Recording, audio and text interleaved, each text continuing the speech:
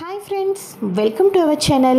ఇక బాలు అయితే హలో లక్షావతి, ఏంటి అనవలసిన మాటలన్నీ అనేసిన తర్వాత నిజం తెలిసిన తర్వాత అలా సైలెంట్గా వెళ్ళిపోతే చూస్తూ ఊరుకుంటాను అనుకుంటున్నావా? నా భార్య మీనాని పట్టుకొని ఎన్నెన్ని మాటలు అన్నావు నువ్వు. అంటే మీనా అంటే సైలెంట్గా ఉంటుందనే కదా. ఇప్పుడు నిజం తెలిసింది కదా, మరి ఇప్పుడేం చేస్తావమ్మా లక్షావతి? తిన్నగా వెళ్ళి అదే ఒకసారి పిన్నని పిలవమంటుంది, ఒకసారి పెద్దమ్మ అని పిలవమంటుంది కదా. కాంతం పిన్ని ఆవిడ దగ్గరికి వెళ్ళి ఇలానే నిలదీస్తావా చెప్పు. ఎందుకంటే ఆవిడ దగ్గర చేతులు కట్టుకొని ఉంటావు. డబ్బున్నోళ్ళంటే ఒక రకంగా రెస్పెక్ట్ ఇస్తావు, డబ్బు లేకపోతే ఒక రకంగా రెస్పెక్ట్ ఇస్తావా? ముందు ఇది మానుకుంటే చాలా మంచిది అని చెప్పేసి అనగానే, ఊరుకోరా బాలు, అవన్నీ నాకు తెలుసా ఏంటి? ఆవిడ అలా చేస్తుందని నేనేమైనా కలగన్నానా ఏంటి అని చెప్పేసి అంటూ ఉండగా, ఏవండి ఇప్పుడే కదండి వాళ్ళు వెళ్ళారు, ఈరోజు ఆనందంగా ఇంట్లో ఫంక్షన్ జరిగింది. ఫంక్షన్ జరిగిన ఇంట్లో ఈరోజే గొడవలు ఎందుకు చెప్పండి? ముందు మీరు చాలా అలసిపోయారు, వెళ్ళి నిద్రపోండి పదండి అని చెప్పేసి లోపలికైతే తీసుకుని వెళ్ళంగానే, ఏంటి మీనా నీకేమాత్రం కూడా బాధ అనిపించలేదా? మా అమ్మతో మాట్లాడుతుంటే అలా తీసుకొని వచ్చేసావేంటి అని అనగానే, లేదండి, ఎంతమంది ఎన్ని మాటలు అన్నా కూడా నాకు వాటి ముందు అంతా కూడా దిగదుడిపై అనిపించింది. ఎందుకనుకుంటారా? ఈ ఫంక్షన్లో మీరు ఉండరు అనుకున్నాను, కానీ మీరు ఈ ఫంక్షన్లో ఉన్నారు. నాకు చాలా సంతోషం వేసింది. ఇక మీరు దగ్గరుండి మౌనికకు అక్షింతలు వేసి ఆశీర్వదించారు. ఆ సమయంలో మీ కళ్ళల్లో ఆనందాన్ని చూశాను. రాత్రింపగళ్ళు కూడా ఎంతగానో కష్టపడి తాలిబొట్టు గురించి కానీ ఈ ఫంక్షన్ డబ్బు గురించి మాత్రం ఎంతగా కష్టపడ్డారో ఆ కష్టం అంతా కూడా ఒక్కసారిగా పోయి ఆనందం వచ్చిందండి. ఆ ఒక్కటి నాకు చాలు అని చెప్పేసి అనగానే, అవును మీనా, నిజంగానే ఆ విషయంలో నేను కూడా చాలా అంటే చాలా సంతోషంగా ఉన్నాను. అవును, రేపొద్దున్నే వెళ్ళాలి, ఎందుకంటే మళ్ళీ ఆ వెహికల్కి ఈఎంఐ కట్టేయాలి కదా. సరే అయితే పడుకుందాం అని చెప్పేసి ఇక అందరూ కూడా నిద్రపోతూ ఉంటారు. ఆ తర్వాత మార్నింగే నైట్కి ఫంక్షన్ ఉంది అని ఆంటీ కాల్ చేసి అందరినీ రమ్మని చెప్పేసి అంటుంది కదా. ఆ విషయం చెప్పంగానే ఒక్కసారిగా మన మనోజ్ అయితే, లేదు నేను రాను అని చెప్పంగానే, ఓహో మళ్ళీ పార్కులు బోసిపోతున్నట్టున్నాయి కదరా, మళ్ళీ ఫంక్షన్కి వస్తే పార్కు బోసిపోతుందిలే. అవునులే, నీకు కరెక్ట్ స్పాట్ అదే కదా, వెళ్ళు అని చెప్పేసి అంటూ ఉండగా, ఎందుకు బాలు 24 గంటలు కూడా పార్కు అని ఒకే మాటని 10 సార్లు ఎత్తి మాకు పరువు తీయాలనుకుని డిసైడ్ అయిపోయావు నువ్వు. ఇంకోసారి ఇలా మాట్లాడితే మాత్రం బాగోదు, నా భర్తకు రెస్పెక్ట్ ఇవ్వాల్సిందే అని చెప్పేసి ఇక రోహిణి అయితే అంటూ ఉంటుంది. ఇక వెంటనే, అబ్బో ఉన్నమాట అంటే ఎవరికైనా ఉలికెక్కువలే, వాడు ఇప్పుడు ఎక్కడికి వెళ్ళాలి? ఫైల్స్ మీద ఏమైనా సంతకం చేయాలా, లేకపోతే కష్టపడి డబ్బు ఏమైనా సంపాదించాలా? ఆళ్ళకాళ్ళు ఈళ్ళకాళ్ళు కడిగేస్తే ఎంతో కొంత వచ్చింది, అవి 10 రోజులు నెల రోజులు సరిపోతాయి.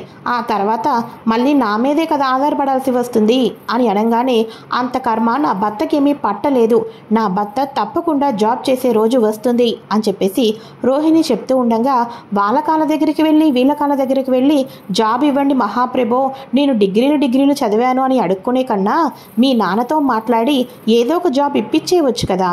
అంతెందుకు, అక్కడెక్కడో మీ నాన్న కంపెనీలు పెట్టడం కన్నా ఇక్కడే ఏదో కంపెనీలో అల్లుడికి జాబ్ ఇప్పించవచ్చు కదా అని చెప్పేసి అనగానే, అవునరా ఇప్పిస్తుంది, అంతేకాదు వాళ్ళ నాన్నకున్న కంపెనీలన్నీ కూడా రేపో మాపో అల్లుడికే రాసి పెట్టేసేసి నువ్వే చూసుకో బాబు, నేను చూసుకోలేకపోతున్నాను అని అంటారేమో.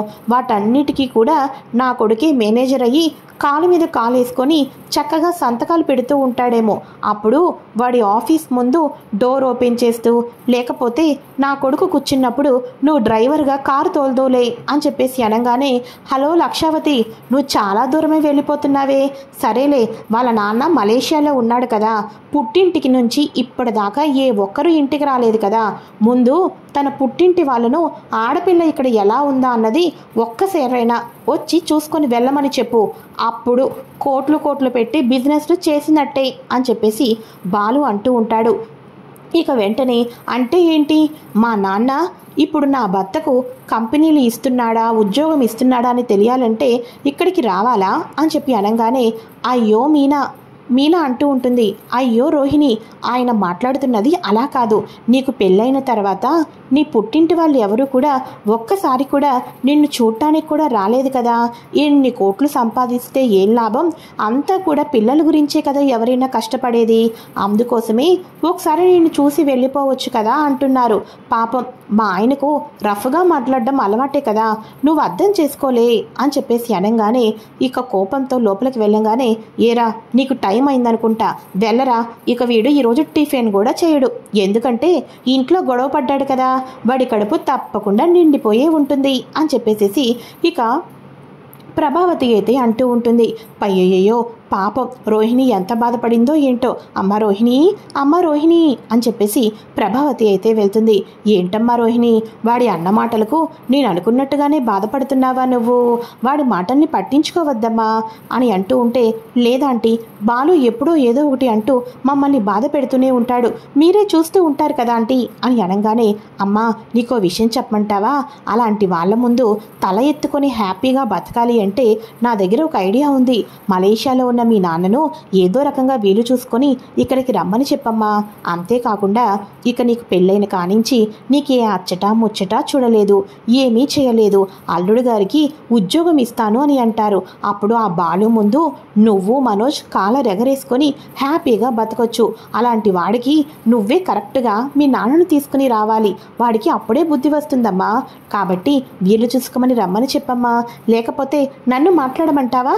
ఒకసారి మీ నాన్నకు ఫోన్ చేసి ఇవ్వు, నేను మాట్లాడతాను అని అనగానే, అయ్యయ్యో ఎందుకు లేండి, బిజినెస్ అవర్స్ కదా, మా డాడీ చాలా బిజీగా ఉంటారు, నేనే ఫోన్ చేసి ఏదో ఒకటి మాట్లాడతానులేండి అని చెప్పేసి అనగానే, అలాగే అమ్మా, వాడి మాటల్ని ఏమీ పట్టించుకోవద్దు. ఈరోజు నువ్వు బాధపడుతూ లోపలికి వచ్చినట్టుగానే మీ నాన్న వచ్చిన తర్వాత మనోజ్ లైఫ్ మారిపోతుంది కదా, అప్పుడు వాడే తలదించుకొని వెళ్ళిపోతాడమ్మా అని చెప్పేసి ఇక ప్రభావతి అయితే కిందకైతే వచ్చేస్తుంది. ఆంటీ చూస్తే ఈ రకంగా మాట్లాడుతున్నారు, ఇక నన్నేమో పుట్టింటి వాళ్ళు పట్టించుకోవటం లేదు అనుకుంటున్నారు. ఇక లేని తండ్రిని నేను ఎక్కడి నుంచి తీసుకొని రావాలి, లేని లక్షలను నా భర్తకు ఎక్కడి నుంచి తీసుకొని ఇవ్వాలి. దేవుడా, ఇప్పుడు నేను ఏం చేయాలో నాకు అర్థం కావటం లేదు. ఎలాగో ఒకలాగా ఏదో రకంగా మలేషియా నుంచి నాన్నని తీసుకొని వచ్చానని చెప్పేసి ఒక డూప్లికేట్ ఫాదర్ని తీసుకొని వచ్చి మళ్ళీ నేను 3 months తర్వాత వస్తాను, అప్పుడు ఫుల్గా నా అల్లుడికి కంపెనీలు పెట్టిచ్చేస్తాను అని ఏదో ఒకటి చేసి డామ్ డూమ్ డుష్ చేసి కోటీశ్వరులాగా నటించేసి వెళ్ళిపోమని చెప్పాలి. ఎస్, ఇదే కరెక్టు అని చెప్పేసి రోహిణి అయితే అనుకుంటూ ఉంటుంది కదా. ఆ ప్లాన్లో భాగంగానే ఇంటికి అమ్మా, my daughter, my beautiful daughter అని చెప్పేసి ఒక డ్రామా ఆర్టిస్ట్ రాగానే డాడీ అని రోహిణి వెళ్తుంది. ఇక వెంటనే మొత్తానికి అయితే ఇక వెంటనే డోర్ ఓపెన్ చేసి కార్ ఓపెన్ చేసిన వ్యక్తికి ఇదిగో ఈ 10,000 తీసుకో అని చెప్పేసి డూప్లికేట్ నోట్లను ఇచ్చేయడంతో ఒక్కసారిగా అమ్మో, కారు డోర్ ఓపెన్ చేస్తేనే 10,000 రూపాయలా? ఒరే చూడరా, ఉదయం నుంచి కార్ డ్రైవ్ చేస్తావు కదా, నీకు కూడా అంత సంపాదన రాదు. కానీ రోహిణి వాళ్ళ నాన్న కారు డోర్ ఓపెన్ చేస్తేనే 10,000 రూపాయలు ఇచ్చాడంటే, అల్లుడుగా నా కొడుకుని ఎన్నో కంపెనీలకు CEO చేసి అబ్బబ్బబ్బా, నా కొడుకు ముందు అటు 3 కారులు ఇటు 3 కారులు, మధ్యలో నా కొడుకు అలా వెళ్తూ ఉంటాడు అని చెప్పేసి గాల్లోనే మెడలు కట్టేస్తూ ఉంటుంది ప్రభావతి. అయితే మొత్తానికి ఇక ఇంటికి రాగానే ఇంటికి వచ్చిన తర్వాత, బేబీ, ఈ ఫాదర్ గంటకి 1,00,00,000 రూపాయలు సంపాదించినా కూడా అవన్నీ నీకోసమే కదా బేబీ. కాకపోతే నేను అన్ఎక్స్పెక్టెడ్గా వచ్చాను. ఈసారి వచ్చినప్పుడు మాత్రం ఇప్పుడు మొత్తం ఈ ఏరియాలో కంపెనీలు ఎక్కడ పెట్టాలని మొత్తం చూసుకొని వెళ్తున్నాను. 3 months తర్వాత కంపెనీలంతా కూడా రెడీ అయిపోతాయి. 3 months తర్వాత అల్లుడు గారి చేతే రిబ్బన్ కటింగ్ చేయించి కంపెనీలన్నీ రాసిచ్చేస్తాను అని చెప్పేసి అనగానే, అవునా daddy, thank you so much daddy అని చెప్పేసి అంటూ ఉంటుంది. అయితే ఇక ఇది ఇలా ఉండగా మొత్తానికి అయితే ఆవినికి మన ప్రభావతి, అన్నయ్య గారు, మీ అంత స్తోమత కాకపోయినా ఏదో ఫ్రూట్ జ్యూస్ తీసుకొని వచ్చాం, తాగండి అని చెప్పేసి ఇస్తూ ఉంటుంది. ఇక మొత్తానికి అయితే ఇలా చాలాసేపు మాట్లాడిన తర్వాత అతని మీసం పక్కకు వెళ్ళిపోతూ ఉండటంతో అతికించుకుంటూ ఉంటాడు. ఆ మీసం అతికించుకుంటూ ఉన్న తర్వాత మన బాలుకి అయితే అప్పుడు డౌట్ వస్తుంది. ఏది ఏది ఒకసారి ఫేస్ రైట్ తిప్పండి అని అంటూ ఉంటే, ఏంట్రా నీలాగా నీ ఫ్రెండ్ సర్కిల్లో వల్ల మాట్లాడుతున్నావు, ఆయన మన ఇంటికి రావటంతో ఎంత కోట్ల నష్టం తెలుసా, గంటకి కోట్లు పెరిగిపోతూ ఉంటాయంట మలేషియాలో అని అనగానే, అవునవును ఒంటి మీద కోట్లా లేకపోతే డబ్బులా అని అంటూ ఉండగా, ఒంటి మీద కోట్లు నీకురా, ఆయనకి నోటు కట్టెలరా అని ప్రభావతి అంటూ ఉంటుంది. లేదు ఈయన నేను ఎక్కడో చూశాను, మొన్న జాతర జరిగినప్పుడు అప్ అండ్ డౌన్ షిఫ్ట్లు వేశాను కదా మీనా, ఆ జాతరలో ఇక మిమిక్రీ ఆర్టిస్ట్గా, అంతేకాకుండా చిరంజీవి గారి డైలాగులు, బాలయ్య గారి డైలాగులు బాగా చెప్పి అందరి చేత క్లాప్స్ కొట్టించారు, డ్రామాలు కూడా వేశారు అని చెప్పేసి, నువ్వే కదూ అని అనగానే, లేదు అని అంటూ ఉండగా, లేదు నువ్వే నాకు తెలుసు, ఎందుకంటే ఆ రోజు కూడా ఇలానే మీసాలని ఊడిపోతూ ఉంటే పెట్టుకుంటూ ఉంటే పిల్లలందరూ నవ్వారు అని చెప్పేసి మీసాన్ని తల మీద ఉన్న విగ్గుని మొత్తాన్ని తీయంగానే, బాబాయ్ నాకు తెలుసుగా బాబాయ్ నువ్వే అని చెప్పేసి అనగానే, అమ్మ లక్షావతి, ఇక గాల్లోనే మేడలు కట్టేసిన లక్షావతి, ఈయన కోటీశ్వరుడు, గంటకి బిజినెస్లో ₹1,00,00,000 వచ్చే ఆయన కాదు, గంటకి 10-20 రూపాయలు ఎవరిస్తారా, క్లాప్స్ ఎవరు కొడతారా అని డ్రామా ఆర్టిస్ట్, స్టేజ్ మీద వేసే ఆర్టిస్టు, డ్రామా ఆర్టిస్టు. ఆహా సరిపోయారు ఏంట్రా, అందరూ ఏ అమ్మాయిలైనా సరే మోసం చేయటానికి నీకండా బకరాగాడు ఎవరు దొరకలేదురా, ఏంటో మా వాడు మొహం చూస్తే ప్రతి ఆడపిల్లని ఒక బకరా చేయాలనిపిస్తుందేమో, అంతకుముందు అమ్మాయి టోపీ పెట్టింది, ఇక ఈ అమ్మాయి అయితే ఏకంగా కోట్లు ఉన్నాయని చెప్పేసేసి నీకే పెద్ద టోపీ పెట్టింది, చివరాఖరికి రోజుకి 600-1000 రూపాయలు లాభం తెచ్చుకొని పూలు అమ్ముకుంటున్న నా మీనానే బెస్ట్ అని ఈ లక్షావతికి ఇప్పటికైనా అర్థమైందో లేదో అని చెప్పేసి బాలు అయితే అంటూ ఉంటాడు. ఇక వెంటనే ఆయన, అమ్మో బయటపడిపోయాను కానీ నిజంగానేనమ్మా నేను డ్రామా ఆర్టిస్ట్ని, ఉంటాను, నా పేమెంట్ ఇచ్చేసేస్తావో ఇవ్వవో నీ ఇష్టంలే అమ్మా అని చెప్పేసి డ్రామా ఆర్టిస్ట్ అయితే వెళ్ళిపోతాడు. ఇక వెంటనే మొత్తానికి అయితే గంతకు తగ్గ బొంత దొరికింది. వీడేమో పని పాట లేకుండా బిజినెస్లు, ఆఫీసులు, కార్లు అని చెప్పేసి పార్కులో పల్లీలు తింటూ హ్యాపీగా ఎంజాయ్ చేసేవాడు. ఇప్పుడేమో కోటీశ్వరరావు కూతుర్ని అని చెప్పేసేసి ఇక రూపాయి లేనుడి కూతురు కాబట్టి ఈ రకంగా నటించింది అని చెప్పేసి బాలు అనగానే పక్కనే ఉన్న శృతి కూడా, రోహిణి మరీ మనకు ఉన్నదింటిలోనే బ్రతకాలి కానీ మరి అంత ఎచ్చులు అంత గొప్పలు ఎవరికీ పనికిరావు, మీనా చూడు ఉన్నదింట్లోనే హ్యాపీగా ఉంటుంది, అయినా ఇప్పుడు నీకు ఉందా లేదా అని ఎవరు అడిగారు, అబద్ధాలు చెప్పడం లేనిపోని ఎచ్చులు ఎందుకు అని శృతి కూడా పక్క నుంచి రోహిణిని అయితే అడుగుతూ ఉంటుంది. ఇక వెంటనే పక్కనే ఉన్న మనోజ్ కూడా, నన్ను ఇంతలా మోసం చేస్తావా నువ్వు అని చెప్పేసి అంటూ ఉండగా, నువ్వు కూడా మమ్మల్ని ఇంతలా మోసం చేస్తావా అని ఒక పక్క ప్రభావతి, ఇద్దరూ కూడా కలిసి రోహిణిని తిట్టేసేసి ఇంటి నుంచి అయితే బయటకు గెంటేస్తారు. ఒక్కసారిగా లేచి ఒళ్ళంతా చెమటలు పట్టేసేసి, దేవుడా ఇది కళ అని చెప్పేసి రోహిణి అయితే లేచి కూర్చుంటుంది. లేదు ఇలా గనక నేను డ్రామా ఆర్టిస్ట్ని తీసుకొని వస్తే దొరికిపోతే ఆంటీ చేతే నేను బయటకు గెంటేస్తారు, అలా ఎట్టి పరిస్థితుల్లోనూ జరగకూడదు, డ్రామా ఆర్టిస్ట్ని పిలవకూడదు, అంటే ఇప్పుడు నేను ఏం చేయాలి అని ఆలోచిస్తూ ఉదయం అవ్వంగానే ఇక వెంటనే పక్కనే మనోజ్తో కూడా మాట్లాడి, ఆంటీ మీకు విషయం మాట్లాడాలి అని అనగానే, ఏంటమ్మా మీ నాన్న బయలుదేరాడా ఏంటి అని అంటూ ఉంటే, అది కాదు ఆంటీ, నాకు అమ్మ నాన్న ఎవరూ లేరు ఆంటీ, నేను ఒక అనాథని, ఇంతకాలం ఇక ఈ పెళ్లి చేసుకోవటానికి అబద్ధం ఆడాను, నిజానికి మా నాన్న మలేషియాలో లేరు, నాకు నాన్న ఎవరో తెలీదు, అమ్మ ఎవరో తెలీదు, కానీ ఇక మనోజ్ని పెళ్లి చేసుకోవటం కోసం ఈ రకంగా అబద్ధం చెప్పాల్సి వచ్చింది, కానీ దేవత లాంటి మీకు అబద్ధాలు చెప్పటం ఇష్టం లేదు, ఇక బాలు సంగతి తెలిసిందే కదా ఆంటీ,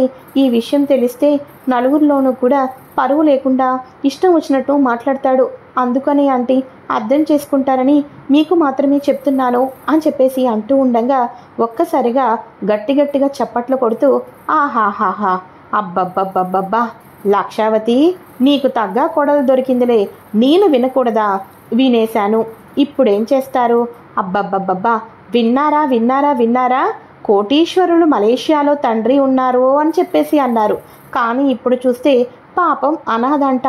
అమ్మా, నిన్ను అనాథ అన్నందుకు నేను అనాథ అనటం లేదు, కానీ మా లక్షావతి నీ మీద ఎన్ని hopes పెట్టుకుందనుకుంటున్నావు?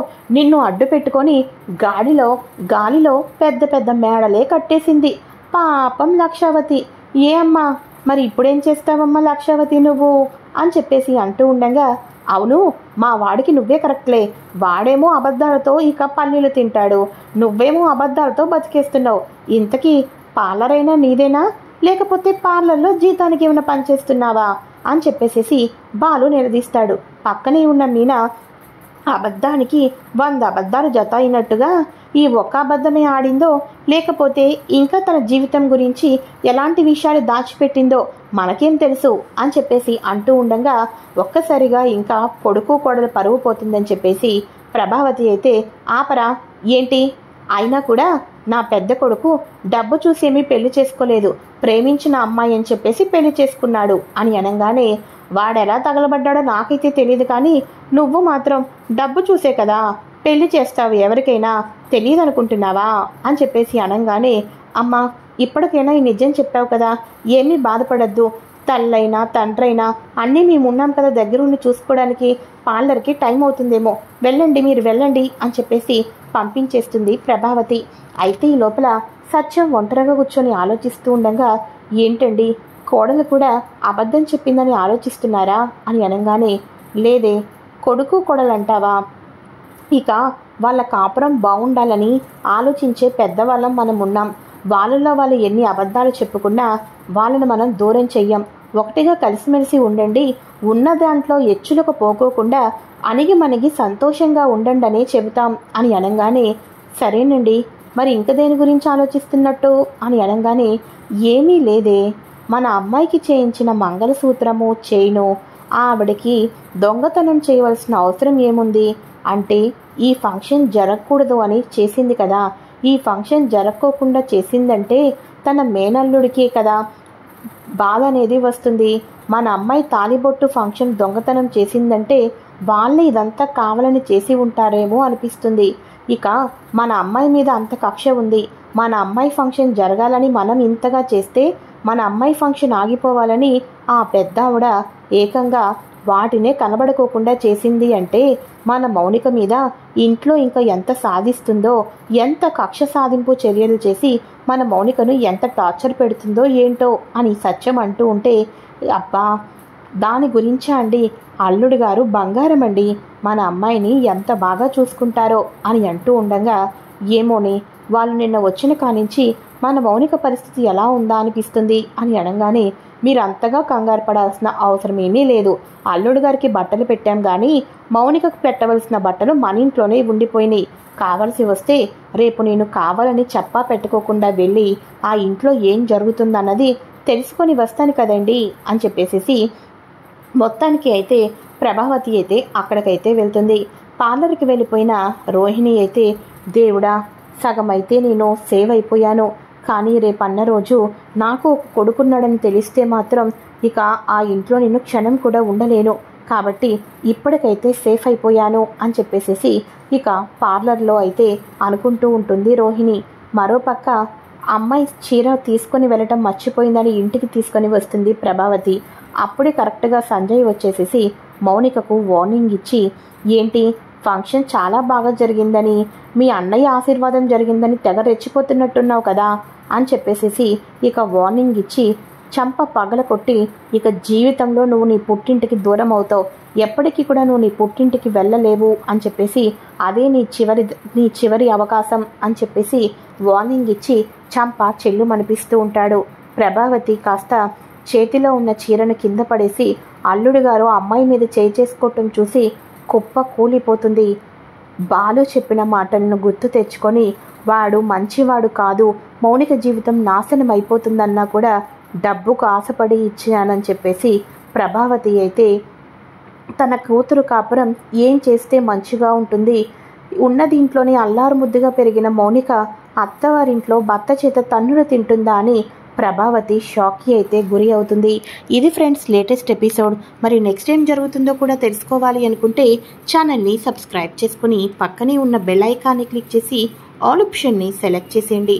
Thanks for watching friends. Bye.